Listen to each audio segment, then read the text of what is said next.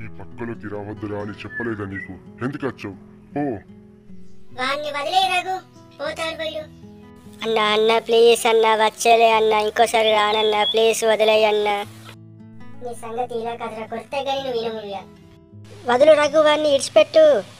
నీ అక్క పట్టురి, వాడిని పట్టురి. మన ఏరియాకే వస్తాడా వాడు, వదిలిపెట్టద్దు. మా ఓనర్ ఉన్నారని ఊకున్నా, లేకపోతే అన్ని బరికి పడేస్తూ ఇయ్యాల. వాడు మళ్ళీ వస్తే చెప్పు రగన్న, బైక్ పడేద్దాం మనం. హాయ్ శ్రీవర్షిని, ఎలా ఉన్నావు?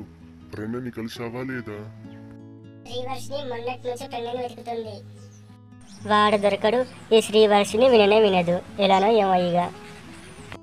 శ్రీవర్షిని అటు ప్రణయ్ ఇటు దీప కనబడకుండా పోయారు. అసలు వీళ్ళు ఎక్కడున్నట్టు? చెప్పాను కదా రఘు, ప్రణయ్ దీప ప్రేమించుకుంటున్నారని. నువ్వు నాకు చెప్పినావు కదా ప్రణయ్ని కలుస్తానని, ఎందుకు కలవలేదు నువ్వు? చెప్పినావు కానీ వాళ్ళు దొరకలేదు. ఏం చేయమంటావు రఘు?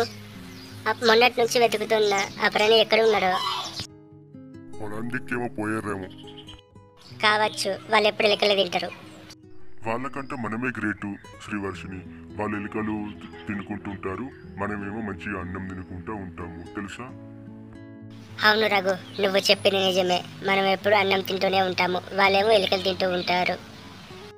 అవును గాని ఈ కార్తీక దీప్తి వాళ్ళు ఎటు వెళ్ళారు? వీళ్ళు ఎప్పుడు తిరుగుతూనే ఉంటారు, పొద్దుటి నుంచి సాగర్ రాక. కార్తీక దీప్తిలకేంది, వాళ్ళు చాలా అంటే చాలా ఆనందంగా ఉంటారు. వాళ్ళు మంచిగానే ఉంటారు, కానీ మనమే ఇలా, నీకేమో దీప లేదు, నాకేమో ప్రణయ్ గాడు లేడు. ఏది ఏమైనా మన ఇద్దరం చాలా దురదృష్టవంతులు. అవును రఘు, నువ్వు చెప్పింది నిజమే. ఆ దీప అండ్ ప్రణయ్ మన జీవితాలను నాశనం చేశారు.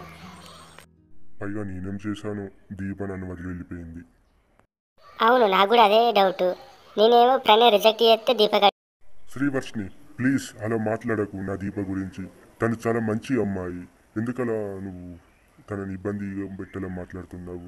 ప్లీజ్ ఇంకోసారి అలా మాట్లాడుకు. నాకు ఎనఫ్ రఘు, నన్ను కాదని వెళ్ళిపోయిన వాళ్ళ గురించి నువ్వు అలా మాట్లాడడం నాకు ఏ మాత్రం ఇష్టం లేదు.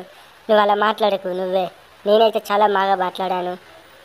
ఏందో శ్రీవర్షిని, అసలు బతకాలని అనిపిస్తట్లేదు. ప్లీజ్ రఘు, అలా మాట్లాడకు. మీ అంతా లేమా నీకు? ఎందుకలా నువ్వు బాగా బాధపడుతున్నావు? అలా మాట్లాడకు నువ్వు, అసలు నీకు మంచిది కాదు. ఆ దీప వలన నా ఆరోగ్యం మొత్తం ఖరాబ్ అయింది, మొత్తం క్షీణించింది, నా జీవితమే నాశనం అయిపోయింది. ఇప్పుడు ఏం చేయాలో అర్థం కావట్లేదు. ప్లీజ్ రఘు, అలా మాట్లాడకని నీకు ఎన్నిసార్లు చెప్పాలి? దీని అంతటికి కారణం నేనే రఘు. నేను ఆ రోజు ప్రణయ్ని యాక్సెప్ట్ చేసి ఉంటే నీకు ఈరోజు ఈ బాధ ఉండేది కాదు.